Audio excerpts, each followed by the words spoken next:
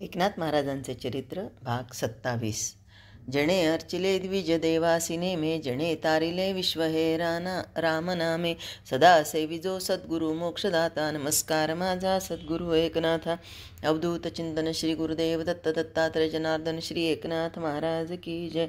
दुपारचं भोजन आटोपून नाथ शिसवीच्या झोपाळ्यावर पानाचा विडा करत बसले होते. विडा तोंडात ठेवून त्यांनी मस्तकावरून हात फिरवला. मधूनच शेंडीची गाठ सोडून पुन्हा बांधायचा त्यांना चाळा सुरू होता. हा चाळा सुरू असताना त्यांची नजर अधूनमधून स्वयंपाकघराकडे वळत होती. गर्भभारानं जडावलेली गिरिजेची पावलं इकडून तिकडं फिरत होती. एकनाथांची संसारवेल आता बहाराला आली होती. तिच्यावर पहिलं पुष्प उमलणार होतं. 4 दिवसांपूर्वीच ह्या झोपाळ्यावर गिरिजेचं ओटीभरण झालं होतं. फुलापानांनी सजवलेला हा झुला, त्यावर बसलेली गिरिजा, गर्भभारानं तेजस्वी दिसणारं तिचं मुखकमल, बायकांची चेष्टा, हे सगळं दृश्य एकनाथांच्या मनःचक्षूपुढे वारंवार येत होतं आणि ते हळूच उजव्या पायानं जमिनीला रेटा देऊन झोपाळ्याला हिंदोळत होते. गिरिजेला होणारं बाळ म्हणजे या घरातलं पहिलं वहिलं मूल. एकनाथांचं स्वतःचंच बालपण पूर्वीच्या वाड्यात असं झालेलं सगळं बागडलं होतं. त्याच्यानंतर आता प्रथमच बाळ पावलं या नव्या वास्तूत बागडणार होती. आपल्या बोबड्या बोलांनी वास्तूत अमृत सिंचन होणार होतं. एकनाथांचं भाऊक आणि रसिक मन त्या भूमीचं गोकुळ होण्याचं स्वप्न रंगवत होतं. पहिलं वहिलं बाळंतपण म्हणून गिरिजा माहेरी वैजापूरला जाणार होती. या घराला इतकी वर्ष तिचा सहवास होता, पण आता त्याला काही महिन्यापुरता विरह सोसणं भाग होतं. एकनाथांच्या मनात किंचित चलबिचल झाली होती. हे विश्वची माझे घर ही वृत्ती असलेले नाथ त्यांनी ह्या घराचंच विश्व करून टाकलं होतं. आला गेला पै पाहुणा, अतिथी, अभ्यागत यामुळं वाडासारखा गजबजलेला असायचा. आता ह्या विश्वमय घरात गृहस्वामिनी नसणं म्हणजे अंधाधुंदीला आमंत्रणच. उद्धवानं सारी घरची जबाबदारी अंगावर घेतली. शिवाय शेजारपाजारच्या बायकांनीही मदत करण्याचं मान्य केलं. त्यामुळं गिरिजा घरात नसली तरी अन्नदानाच्या व्रतात खंड पडणार नव्हता. माहेरी गेलेल्या गिरिजा आपल्या नेत्रसंकेतानं पतीशी संवाद साधण्याचा प्रयत्न करत होती. कारण आता ती निघाली ना माहेराला. मग आता माहेरी गेल्यावरही बोलताही येणार नव्हतं ना तसं. पण खरं म्हणजे तिनं शेकडो वेळा नाथांना सूचना दिल्या होत्या. प्रकृतीची हैगय करू नये, रात्री कीर्तन मिशानं जागरण करू नये, कुठल्याही गोष्टीची दगदग करू नये, घरात कोणी बाई माणूस नाही, तेव्हा आपल्याला काही अस्वस्थ वाटलं तर लगेच उद्धव भाऊला सांगावं, म्हणजे तो घरगुती औषध देईल, नाहीतर वैद्यबुवाकडून आणून देईल. मी शक्यतो लवकरच परत येईन, वगैरे वगैरे वगैरे. तरीसुद्धा आता घरातून निघताना तिचे नेत्र बोलत होते. त्यातून नवऱ्याबद्दलची काळजी पाझरत होती. लेक सासरी जाताना पुन्हा पुन्हा मागे वळून पाहते, पण इथे सारं उलटच होतं. गिरिजा माहेरी जाताना पुन्हा पुन्हा मागे वळून पाहत होती. शेवटी वाटेवरचं वळण आलं आणि तिचा नाईलाज झाला. स्त्री मनाचं हे दर्शन, विहरिणीची ती व्यथा एकनाथांना पाहायला मिळत होती. स्त्री मनाचा हा कंगोराही मनोज्ञ होता. एकनाथांच्या वाड्यात अव्याहत अन्नदान चालूच होतं. अन्नदान हे सर्व दानात श्रेष्ठ, पण याहून स्वस्वरूप कथनाचा, त्याचं मार्गदर्शन करण्याचा कीर्तनरूपी वाग्यज्ञ श्रेष्ठ. एकनाथ महाराज ही दोन्ही निस्पृहपणे करत होते. कित्येक बहाद्दर श्रोते तर असे होते की इथल्याच अन्नछत्रात जेवायचं आणि प्रवचन कीर्तन श्रवणाला बसायचं. हा सारा खर्च कसा चालवायचा हा त्यांच्यापुढे कधीही प्रश्न उभा राहत नसे. कारण त्यांची वृत्ती स्वतःच्या पायापुरती म्हणजे वाहन कापण्याची नव्हती ना. मी आणि माझा प्रपंच या संकुचित चाकोरीत ते कधी फिरत नव्हते. त्यांची पूर्णपणे श्रद्धा होती की हे सारं कार्य ईश्वरी सत्तेनं होत आहे. मी फक्त निमित्त मात्र आहे. इच्छा चांगली असेल तर कधी काहीही कमी पडत नाही. नाही तर हा सारा प्रपंच परिवार भगवंताचाच आहे, मी देणार कोण? या अशा विशाल वृत्तीमुळं त्यांनी सांगितलेल्या संत वचनांना एक वेगळंच पावित्र्य स्पर्शून जाई आणि कीर्तन प्रवचनाचा इष्ट असा परिणाम श्रोतृवृंदावर होई. कीर्तन ऐकता ऐकता अस्थिर मन स्थिरावतं. ईश्वरावरचा विश्वास वृद्धिंगत होई. त्यामुळं राज्यकर्त्यांकडून झालेला अन्याय सहन करण्याची ताकद वाढे. का फेडित पापताप, का फेडित पापताप, पोखित तिरीचे पाद, समुद्र जाय आप गंगे जैसे, समुद्र जाय आप गंगे जैसे. नाथ म्हणत, सज्जनांचे जीवन गंगेसारखं असतं. नदीचं पाणी सागराला भेटायला जातं, पण ते वाहत असताना जगाचं पाप आणि त्रिविध ताप निवारण करत असतं.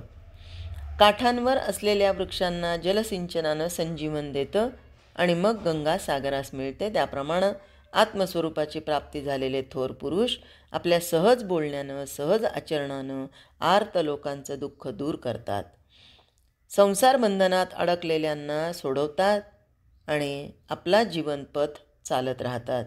इथे जी ज्ञानाची पाणपोई उघडली होती तिथे कुणालाही मज्जाव नव्हता.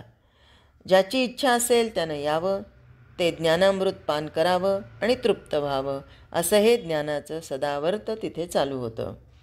स्त्री, पुरुष, उच्च, नीच, शिक्षित, अशिक्षित हे असे प्रत्येक जातीतले लोक श्रवणास येत. त्यात एक नृत्यांगनाही पुराण श्रवणाला येत असे. ती नृत्यगान निपुण होती, सौंदर्यवती होती आणि चतुरही होती. तिला ह्या पुराण श्रवणाची फार गोडी लागली. एकनाथ नेहमी पुराणात सांगायचे, कोणतंही कर्म वाईट नसतं, ते कर्म आचरण करणाऱ्याची वृत्ती चांगली किंवा वाईट असते, म्हणून कर्म बाधक दिसतं. एकदा ह्या विधानाच्या पुष्ट्यार्थ ते एक दृष्टांत देऊ लागले. एक वेश्या होती. श्रोतृवृंदात बसलेली नृत्यांगना दचकली. माझंच उदाहरण महाराज सांगतात की काय, म्हणून तिने कान टवकारले. नाथ सांगत होते, त्या वेश्येला तिच्या प्रारब्ध कर्मानुसार तो व्यवसाय करणं भाग पडत होतं. तिच्या घरासमोर एका कुटुंबवत्सलाचं घर होतं. त्यामुळं वेश्येच्या दृष्टीसमोर नेहमी समोरच्या घरातल्या गृहिणीची हालचाल दिसे. त्या घरंदाज स्त्रीकडे पाहता पाहता वेश्येचं भान हरपायचं. तिला तिच्यासारखे संथ, शांत, शुद्ध जीवन असावं असं वाटायचं. मग ती वेश्या मनातल्या मनात ती जी गृहिणी आहे, ती स्त्री आहे, ते स्त्रीप्रमाणे आचरण करायची. तुळशीला पाणी घालायची, मुलाबाळांसाठी रांधायची, आल्या गेल्याच्या आतिथ्य करायची, पतिसेवेत रत व्हायची. देहविक्रय करत असली तरी तिची वृत्ती त्या गृहिणीची होती. त्यामुळं मृत्यूनंतर तिचा उद्धार झाला. गोष्ट ऐकत असणाऱ्या वेश्येला वाटलं, आपण असंच उठावं आणि महाराजांचे पाय धरावेत आणि त्यांना म्हणावं, मी मनानं चांगली आहे, माझा उद्धार करा. सारा श्रोतृवृंद प्रसन्न चित्तानं ती रसाळ वाणीनं सांगितलेली कथा ऐकू लागले. वेश्या व्यवसाय करणाऱ्या दुर्दैवी स्त्रियांच्या मनस्थितीचं नाथ वर्णन करत होते. हीन दीन पुरुष त्यांच्याकडे जातात. हाती पैसा असून कृपणासारखं वागतात. कामपिढेनं दुर्बल झालेले हे पुरुष कामवासनेची पूर्ण तृप्ती देऊ शकत नाहीत. ते बाजाराच्या भावनेनं आलेले असतात. त्यामुळं खरं प्रेम करत नाहीत. अगर पुन्हा इथेच येण्याचा वायदा पण करत नाहीत. अशा नतद्रष्ट पुरुषांशी त्यांना संग करावा लागतो, मन मारून आपली वृत्ती उदासीन ठेवून. ऐकणाऱ्या वेश्येला ते सारं तंतोतंत पटत होतं.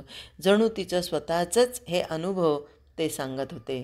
पिंगलेप्रमाणे तिच्या मनात वैराग्य उत्पन्न झालं. मनुष्य शरीर किती गलिच्छ आहे, त्याला किती तऱ्हेची दुर्गंधी असते. याच घाणेरड्या नश्वर शरीरावर आसक्ती ठेवली, नाना कामाचार केले, स्वार्थाची तुंबडी भरली, पण हृदयस्थ परमात्म्याला ओळखलं नाही. तो शाश्वत आनंद कधी उपभोगण्याचा प्रयत्न केला नाही. अशी पश्चातापानं दग्ध झालेली तिनं आपलं दार या धंद्यासाठी 8 दिवस बंद केलं. तिनं जीवनक्रम बदलून टाकला. तिला एकनाथांचं वारंवार स्मरण होऊ लागलं.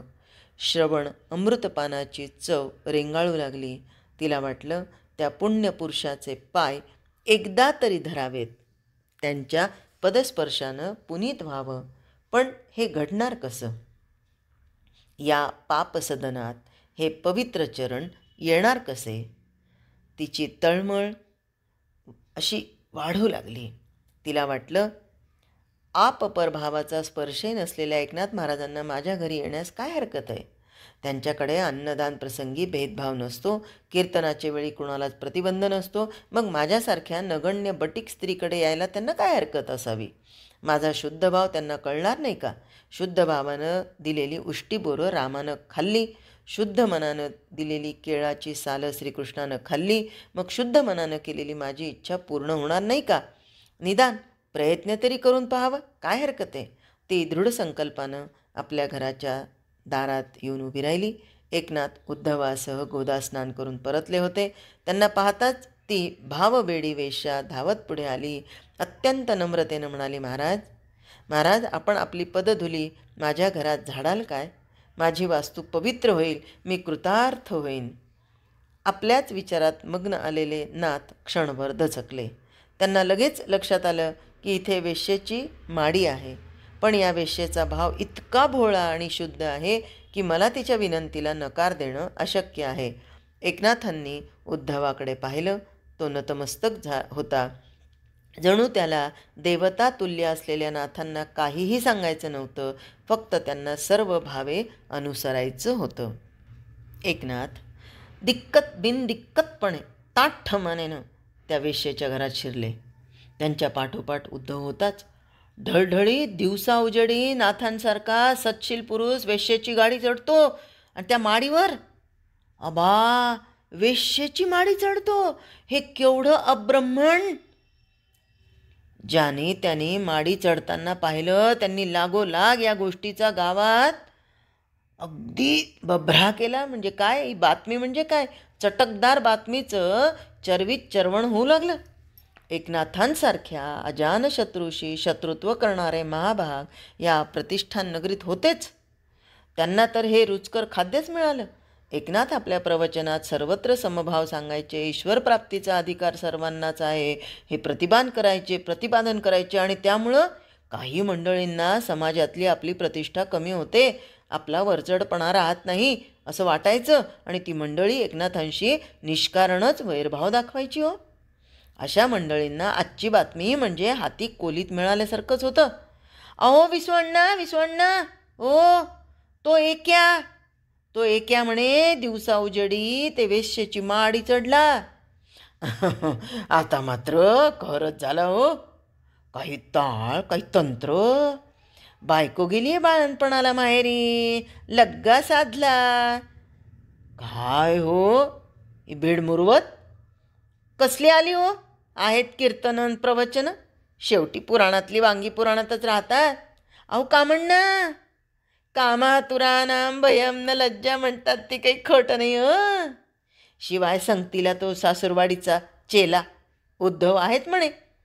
जसा गुरु तसा चेला. काही वडीलधारी सुज्ञ माणसं म्हणू लागली ते काही नाही, आपण वडीलकीच्या नात्यानं त्याला जाब विचारायलाच हवा. आपल्या ब्राह्मण जातीला हा बट्टा आहे हो, बट्टा. कोणीतरी खवचटपणे म्हणालं, अहो नागोपंत, कसला आला हो बट्टा? तुम्ही जसे कधी तशी हिरवी माडी चढलात नसाल. नागोपंत सावरून म्हणाले, नाही तसं नव्हे हो, पण दिवसा ढवळ्या अब्रह्मण्यात म्हणजे काळोख अंधारात ही कृत्य उजळ माथ्यानं केली तर चालतात का? त्या माडीच्या चौफेर अंतरावर माणसांचे समुदाय खरं खोटं आजमावण्यासाठी जमले होते आणि त्यांच्यात चर्चा रंगत होती. ती चर्चा उद्याच्या भागात. जय हरी.